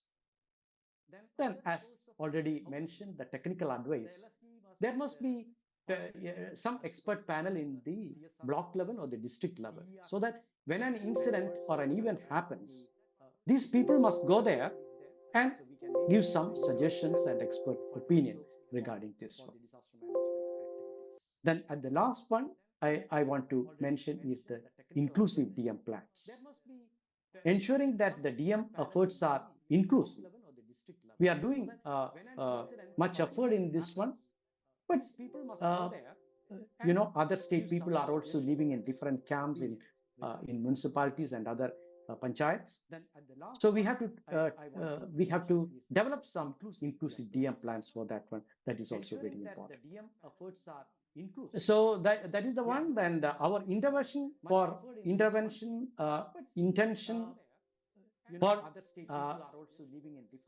what you call the decentralization and effort is very high, very strong. But we have to practically improve a little bit, and we have to develop grassroots level awareness, because people must know, the local self-government authorities and also the people also must know this kind of things. So that is it. Thank you so much. Thank you, sir, for your valuable suggestions and identifying the gaps where we are. I think one of the major thing is, just because we don't have enough resources in terms of enforcing or even implementing plans, that is one major thing. And if you look at most of the environment programs, like any planning, this is heavily banked upon the volunteers. It's all volunteers are like, it's sporadic. Like if there is a political leadership, there are some volunteers, and you do the work and you come up with some document, and then the document rests with the local government. And there is no continuous permanent institutional mechanism which can activate itself. That is a kind of a larger gap. Like while you were just pointing out the gap, that is what I see very clearly from many points you have pointed out. So this is like banking upon, like volunteerism is good. Kerala have achieved a lot with volunteerism, but at the end we need to consolidate it to make it a kind of a foolproof system which can work its own. Otherwise, you always require a kind of some kind of a push from different corners. That is the thing which we see. Like many of the documents prepared are the documents prepared for the sake of document, not for a kind of a. In many places, that's what we experience as well. But I think the suggestions on especially the trained emergency response team, as well as remote area connectivity and risk acceptance. So that is again a kind of a larger issue where people are not willing to accept the fact that the risk element is there. But so those are the things where we need to work a little bit more. Now I move on to I welcome Mr. Sajeevan from the president of Valiyaparamba Grama Panchayat to respond to the presentations. Larger issue where people are not willing to accept the fact that the risk element is there. But so those are the things where we need to work a little bit more. Now I move on to I welcome Mr. Sajeevan from the president of Valiyaparamba Grama Panchayat to respond to the presentations. Sir, Yeah. Sajeevan is not available. So Okay. his video is available. It will play. Okay, all right. Now I move on to, I welcome Mr. Sajeevan from the president of Valiyaparamba Grama Panchayat to respond to the presentations. Sir, Yeah. Sajeevan is not available. So Okay. his video is available. It will play.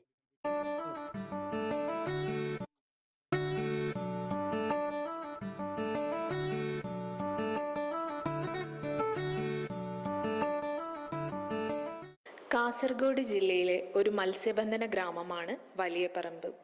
16.14 square kilometre മാത്രം വിസ്തൃതിയുള്ള ഈ ദ്വീപ് പ്രദേശം കായലുകളാൽ ചുറ്റപ്പെട്ട് കിടക്കുന്നു. മത്സ്യബന്ധനവും ടൂറിസവുമാണ് ഇവിടുത്തെ പ്രധാന വരുമാന മാർഗങ്ങൾ. കടലിനെ ആശ്രയിച്ച് ജീവിക്കുന്ന ഒരു കൂട്ടം ജനങ്ങൾ ഇന്ന് മാറിവരുന്ന കാലാവസ്ഥാ മാറ്റങ്ങളാൽ കടൽ കയറ്റത്തിൻ്റെയും തീരശോഷണത്തിൻ്റെയും ദുരിതങ്ങൾ നേരിട്ടുകൊണ്ടിരിക്കുകയാണ്. വർദ്ധിച്ചു വരുന്ന ഇത്തരം ദുരന്തങ്ങളെ നേരിടാൻ വലിയപറമ്പ് പഞ്ചായത്തും പ്രദേശവാസികളും ചേർന്ന് ഒത്തൊരുമിച്ച് ജൈവ പരിസ്ഥിതി അധിഷ്ഠിതമായ തീരസംരക്ഷണ പ്രവൃത്തികളിൽ ഏർപ്പെട്ടു വരികയാണ്. അതിന്റെ ഭാഗമായി 24 കിലോമീറ്റർ തീരപ്രദേശത്ത് 75,000 കാറ്റാടി മരങ്ങൾ നട്ടുപിടിപ്പിക്കുകയുണ്ടായി. മഹാത്മാഗാന്ധി ദേശീയ തൊഴിലുറപ്പ് പദ്ധതിയുടെയും നാട്ടുകാരുടെയും സഹകരണത്തോടെയാണ് ഇത്തരത്തിലുള്ള ജൈവ പരിസ്ഥിതി അധിഷ്ഠിത പ്രവർത്തനങ്ങൾ നടപ്പാക്കി വരുന്നത്. തീരത്തിന് ഒരു ഹരിത കവചം എന്ന പേരിൽ നടപ്പാക്കിയ പദ്ധതിയുടെ ഭാഗമായി കാറ്റാടി മരങ്ങളുടെ വിത്തുകൾ ശേഖരിക്കുകയും അത് താത്കാലികമായി നിർമ്മിച്ച നഴ്സറികളിൽ വച്ച് തൈകൾ ഉൽപ്പാദിപ്പിച്ച് പ്രസ്തുത സ്ഥലങ്ങളിൽ നടുകയും ചെയ്യുന്നു. അമിതമായ ചൂടിൽ നിന്ന് ഈ തൈകളെ സംരക്ഷിക്കാനായി തീരത്ത് നിന്ന് ലഭിക്കുന്ന ഓലകൾ മടഞ്ഞ് കവചം തീർക്കുകയും ചെയ്യുന്നു. കാറ്റാടി മരങ്ങളുടെ വേരുകൾ നാരുവേര് വിഭാഗത്തിൽ പെടുന്നവയാണ്. ഇവയ്ക്ക് ഉപരിതല ഈർപ്പം ലഭ്യമാണെങ്കിൽ മണ്ണിലേക്ക് ആഴത്തിൽ തുളച്ചു കയറാൻ കഴിയും. കൂടാതെ ഉപ്പ് കലർന്ന അന്തരീക്ഷത്തിനോട് പ്രതിരോധ ശേഷിയുള്ളതാണ് ഈ മരങ്ങൾ. ഈ പ്രത്യേകതകളാണ് അവരെ കാറ്റാടി മരം തിരഞ്ഞെടുക്കാൻ പ്രേരിപ്പിച്ചത്. ഇതുമൂലം സ്വാഭാവികമായുള്ള മണൽത്തിട്ടകൾക്കും മറ്റും നാശം വരാതെയും ജീവികളുടെ ആവാസ വ്യവസ്ഥയെ ദോഷം തട്ടാതെയുമായി സംരക്ഷിക്കാനും ഇവർ പ്രത്യേകം ശ്രദ്ധിക്കുന്നു. 10 വർഷങ്ങളായി തുടരുന്ന ഈ പ്രവർത്തനത്തിലൂടെ തീരശോഷണം ഒരു പരിധിവരെ തടയാനായിട്ടുണ്ടെന്ന് ഒരു സംശയവുമില്ലാതെ പ്രദേശവാസികൾ പറയുന്നു.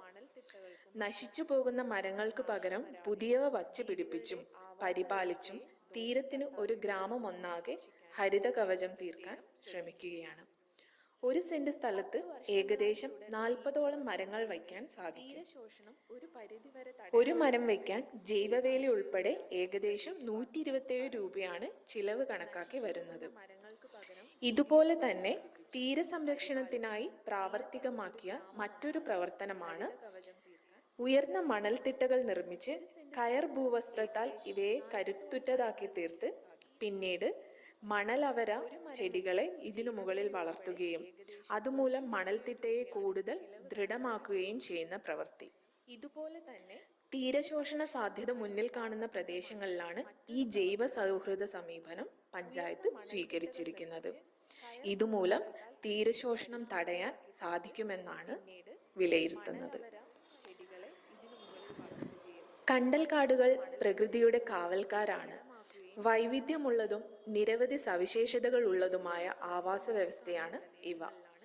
പ്രകൃതി ദുരന്തങ്ങളിൽ നിന്ന് തീരത്തെ സംരക്ഷിക്കാനും വിവിധ തരം മത്സ്യങ്ങൾക്കും ജലജീവികൾക്കും ആവാസ വ്യവസ്ഥയും കണ്ടൽ വനങ്ങൾ പ്രദാനം ചെയ്യുന്നു. കണ്ടലിന്റെ വേരുകൾ മണ്ണിനെയും മറ്റു വസ്തുക്കളെയും പിടിച്ചു നിർത്തി കരയെ സംരക്ഷിക്കുന്നതിനൊപ്പം വെള്ളമരിച്ച് ശുദ്ധമാക്കുകയും ചെയ്യുന്നു. ഒരുപാട് ഗുണങ്ങളാണ് ഈ ഇത്തിരി കുഞ്ഞന്മാർ നമുക്ക് തരുന്നത്. തീരസംരക്ഷണത്തിനായി വലിയപറമ്പ് പഞ്ചായത്തും പഞ്ചായത്തിലെ ഭൂപ്രകൃതിയെ മനസ്സിലാക്കി ഉചിതമായ പ്രദേശങ്ങളിൽ കണ്ടൽ വനങ്ങൾ സൃഷ്ടിക്കുകയും പുനരുജ്ജീവനം സാധ്യമാക്കുകയും ചെയ്യുന്ന പ്രവർത്തനങ്ങളിലാണ്. കണ്ടൽ ചെടികളെ നഴ്സറികളിൽ വളർത്തി അവയെ പരിപാലിച്ച് ഈ ഹരിതവനങ്ങളെ തീരദേശങ്ങളിൽ നട്ടു വളർത്തുകയാണ് ചെയ്യുന്നത്. അവിസീനിയേസിയെ, റൈസോഫോറേസിയെ എന്നീ ഫാമിലികളിൽ പെടുന്ന ഉപ്പെട്ടി, ഭ്രാന്തൻ കണ്ടൽ, പനച്ചിക്കണ്ടൽ എന്നിവയാണ് ഇവിടെ പ്രധാനമായും നട്ടുവളർത്തിയിട്ടുള്ളത്. ഈ പ്രവൃത്തിക്ക് ആവശ്യമായ പണം മഹാത്മാഗാന്ധി ദേശീയ തൊഴിലുറപ്പ് പദ്ധതി വഴിയാണ് സംരക്ഷണവും പരിപാലനവുമെല്ലാം നാട്ടുകാരുടെ സഹകരണത്തോടെ നടന്നു വരികയാണ്. ഭ്രാന്തൻ കണ്ടൽ, പനച്ചിക്കണ്ടൽ എന്നിവയാണ് ഇവിടെ പ്രധാനമായും നട്ടുവളർത്തിയിട്ടുള്ളത്. ഈ പ്രവൃത്തിക്ക് ആവശ്യമായ പണം മഹാത്മാഗാന്ധി ദേശീയ തൊഴിലുറപ്പ് പദ്ധതി വഴിയാണ് So we have seen how a participatory program by local government can bring in changes in restoring the environment. So that's the small video has showcased, and I would like to move to Ms. Neha Miriam Kurian, Associate Fellow at Sustainable Futures Collaborative in New Delhi, to respond to the presentations. Neha, the floor is open for you.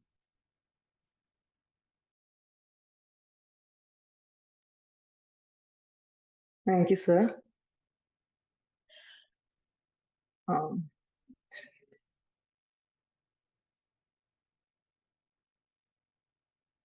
Thank you, sir. So thank you for this opportunity to be part of this webinar today. And I'm really happy that we are doing this conversation on how local self-governments are getting more and more involved in disaster management and resilience building. I myself am happy to have been part of many of these projects that were mentioned by the distinguished speakers before me. I would just like to respond and make a short intervention regarding the points that were mentioned. So one is that the speakers before me, they mentioned various projects and efforts which have been taken by Kerala and Kerala's local self-governments and other departments over the last couple of years, especially since 2018, to build climate resilience in the state. Some are, of course, much more institutionalized. For instance, like the state's disaster management plans. We know that there was a detailed guideline, etc., that was brought out by the state government, by both the revenue department and the local self-government department, to institutionalize the making of local self-government level disaster management plans in the state. Also the state DM plans also. These are much more institutionalized simply because there is already an existing system through which we were able to do it. And then the whole process was also brought in through a government guideline and instrument. However, we also know that there are other certain projects which were mentioned today by the speakers before me, especially Dr. Monish Jose had mentioned about this very interesting project of DCAT. There is another project that is associated with it, which was the risk-informed master plans. These were all very innovative and especially pioneering efforts by Kerala to actually bring in climate resilient development in the state. But one thing I would like to just point out in that regard is that even though these are very, it's very important, the actions that we have done. However, these projects remain project-based and they are not as institutionalized as the other efforts that I mentioned earlier, which was also elaborated upon by our speakers earlier. This distinction, I believe, is very critical going forward because many of the challenges that my co-speakers mentioned are also linked to this because we all know the issue of data gaps. We all know the institutions of funding gaps that are also the issue of technical capacity gaps at the local self-government level. These are all issues we know cannot be solved perhaps by local self-governments alone. The state government is right now doing a lot of efforts to actually support local self-governments in it, especially not just the LSGD department, but the KSD, the Kerala State Disaster Management, the Revenue Department has been doing so much of action to support the local self-governments and being the nodal agency for coordinating these activities at the local self-government level. However, how do we going forward ensure that this attains little more continuity, and how can he ensure that it becomes more embedded in the system itself. So for just to hark back to an example from waste management. So waste management, we know, is something that finds more presence in legislative frameworks as well. So myself, I'm coming from a legal background. So waste management, we know that there is a national level framework, and also at the state level, we have the Kerala state's laws, that is the Kerala Municipality Act and the Kerala Panchayat Raj Act, which are all amended in order to ensure that the local self-government's roles in this were clearly defined. And it became much more binding upon the people as well. However, when we come to climate change, no such instrument exists. We know that the Disaster Management Act exists, but that is mostly only relating to disaster management and not to climate change as such, though a lot of actions are being taken under it. So in that sense, we need to understand how perhaps a legislation can also do its huge part in actually institutionalizing the actions that we are talking about right now. At the organization that I am currently representing, the Sustainable Future Collaborative, we are actually doing this sort of exercise across different states in India to understand how bringing in a legislative framework can actually strengthen the processes that all states are doing, especially as far as Kerala is concerned. We know that there are a lot of efforts that we've already been taking. The ecosystem-based disaster risk reduction, which Valia Pramba just presented now, is an exceptional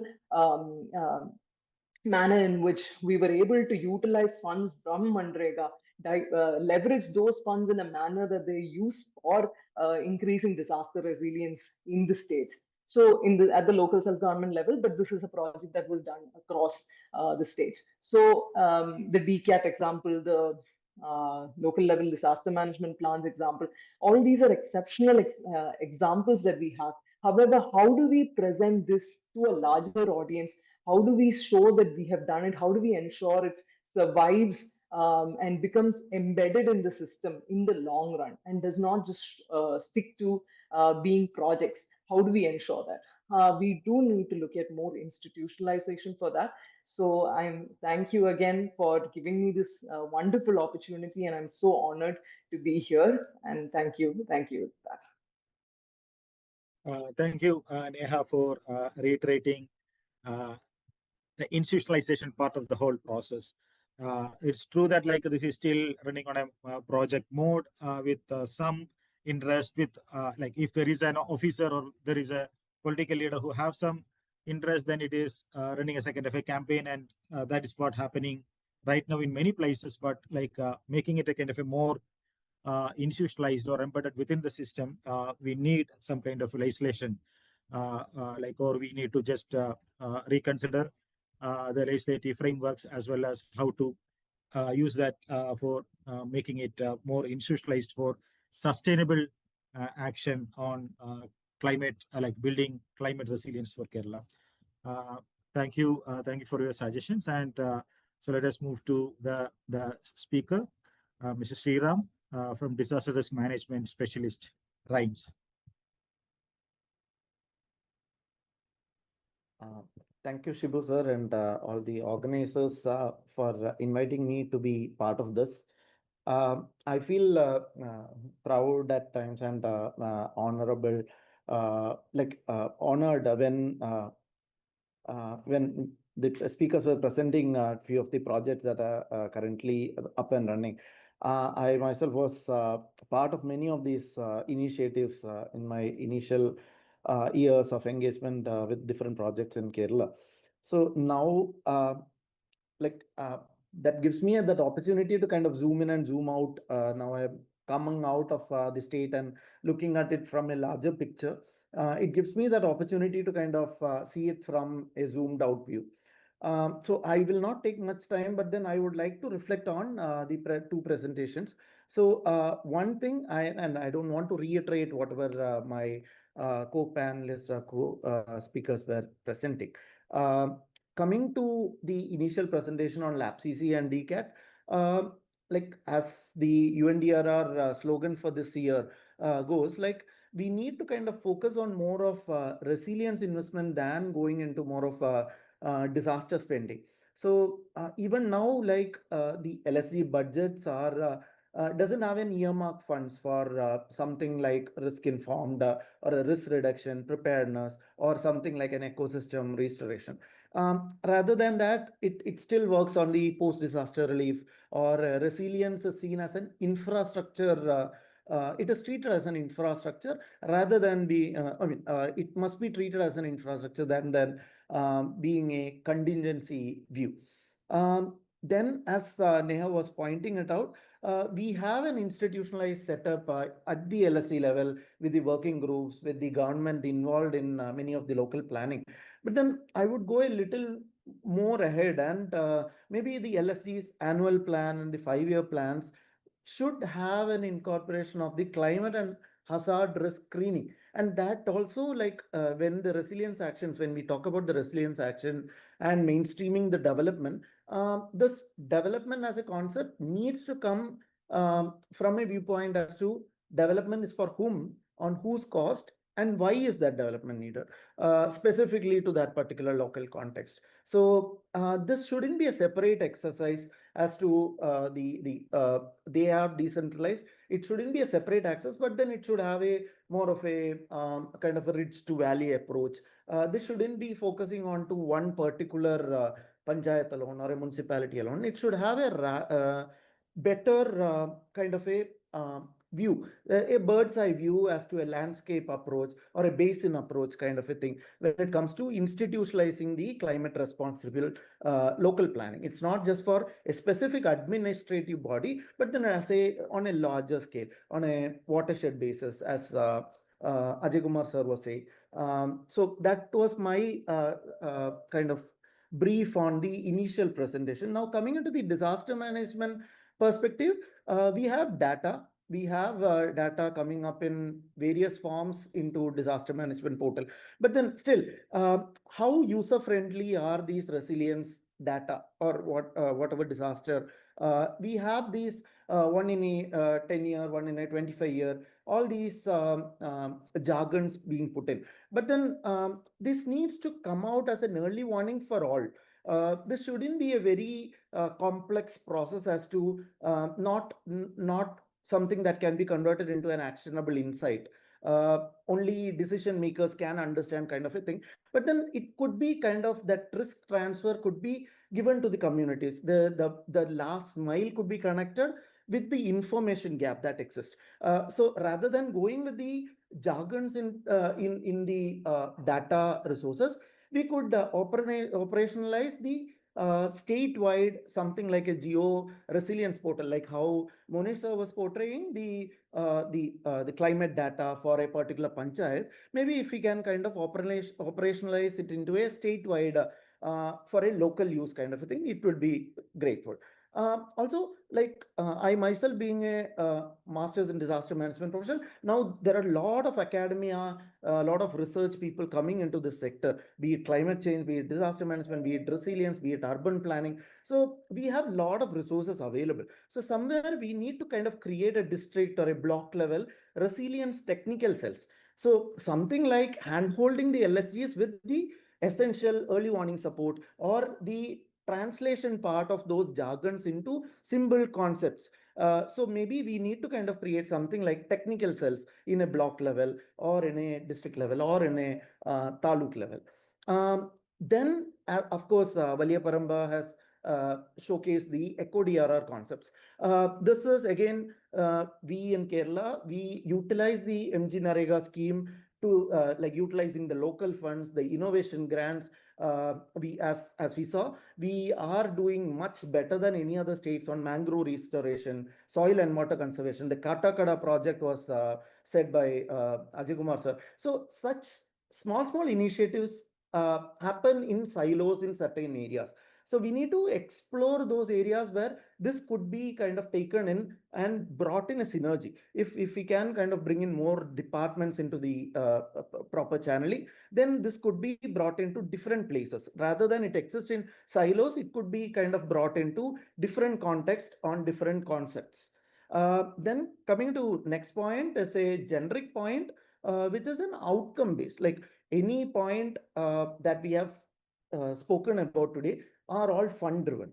So most of the time it is output based results that we focus on, but then it should be more of outcome based and people centric monitoring. So it should have a component of tracking the risk reduction, and a generic ecosystem health needs to be analyzed at each and every point. Like what has happened in Churalmala or in Mepadi, that is very specific to certain places and that need to be treated in a different way. So such kind of water resource restoration, or rather than looking at the expenditure in terms of labor days, or number of works or number of expenditure in terms of money, we need to kind of put the accountability on resilience. People should be given a little say on what or how the resilience is faring in their part, rather than not looking into just the finance part of it. So it should be more of not on outputs but on resilience. And there is also a need for the empowering the communities. I understand Kerala is doing much better than many other states, but then we have our own resources like the local groups. There are n number of farm help groups, as somebody is mentioning. We have women's self-help groups, we have youth networks. These people can themselves interpret certain alerts and kind of trigger local responses, rather than the government coming in and telling them what to do, what not to do. The local interpretations act faster. We have experiences, we have examples from right from 2018. We have been doing much better, but then this could be made much better with more of empowering the communities and kind of creating co-managers at a local level, be it at ward levels, be it we have the 13th working plan, but then we need to kind of make it more materialized. We need to kind of pump in more funds into the 13th working group, so that there are people who are willing to work. We need to kind of utilize them to the core. So these would be my kind of reflections and as a way forward or a pathway to resilience. And once again, I would like to kind of thank the opportunity given, and very happy that I myself see the projects that I was part of being portrayed as flagship programs of the state. Thank you so much for the opportunity. Thank you, Sriram, for that reflections. I think rightly suggested around that a technical cell. Like there are much, like if you look at all the reports, there are jargons. That's true, and that jargons need to be translated into like for the last mile connectivity. Like the people. Finally, it is the people who are facing it and people who are working on it, and that need to be translated for them. And we need a kind of a reliance technical cells. That was your suggestion. I think that is something very important. And most importantly, many of the projects, like they are project based or campaign based, they are happening at silos in different places. And how that will be sustained. So that is going to be the other question, like how to maintain that continuity and how to expand it to other places. Like Valiyaparamba, for example, it is there. We don't know like what happens after the next elections when the next council comes in. So these are some of the challenges which we see in enforcing like or going ahead with climate resilient planning. This is a completely new area for our conventional political leadership at the local self-government level. But at the same time, the kind of efforts so far the government has taken to build that capacity at different levels, including agencies at the state level, to provide technical support as well as guidance. So that is something very positive. I feel like in this conversation, I think like one of the major milestone I would say is the local level action plan, that is the local level climate action. Like right, we have like a kind of a Kerala state, we have a state level action plan on climate change. So now we are also going into LabCC. That is actually a kind of a big step in understanding the issue. That is the most important part. What I feel like it's the most important part to understand and accept the fact that there is risk, there is disaster, or like there is the climate change issues there. So that is something is the first step. So that is there. And DCAT is going to be very crucial for the planning, like even at the experimental level. we see that kind of a change. We see the potential of DCAT tool to ensure its environmental sustainability. And at the same time, like looking at from the carrying capacity perspective, that is more important. So we have local level action plan. We have a tool to ensure that the plans and projects are interconnected, and is also addressing the climate and disaster resilience. At the same time, we may have to expand it a little bit more on the ecosystem carrying capacity. And I think the last speaker, Sriram, was mentioning about like that is going to be a bit difficult for everyone on development for whom. So that is going to the question, like a screening every development project at the local self-government there is a screening, like whether what is the impact, what is the outcome, for whom this is going to happen. All these valid questions are there. So we need to create those kind of systems, institutional mechanisms within the local government, and empowering them is at the next level.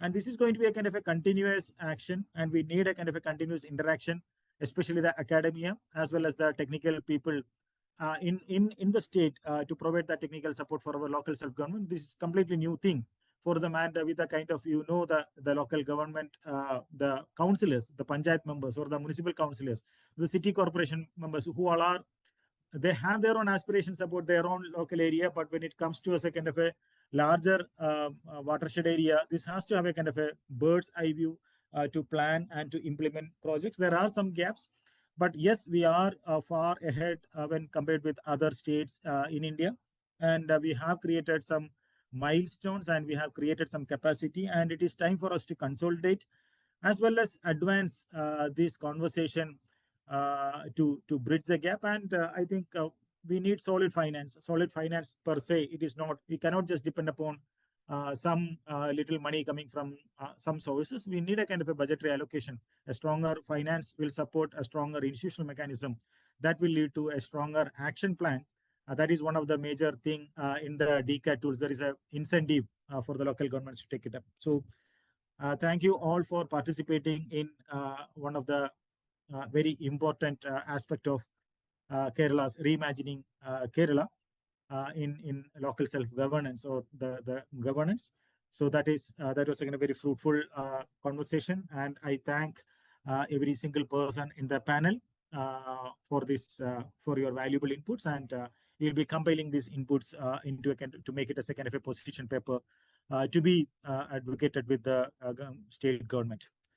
Thank you, and thank you all.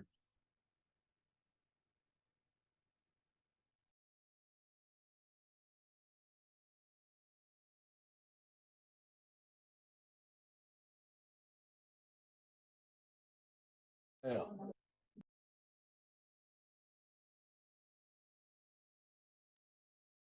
Hello. Thanks to all presenters and speakers. So participants are requested to participate tomorrow. The subject is advancing physical decentralization. The presenter is S.M. Vijayan sir, IAS retired. So thanks to all once again. Good night.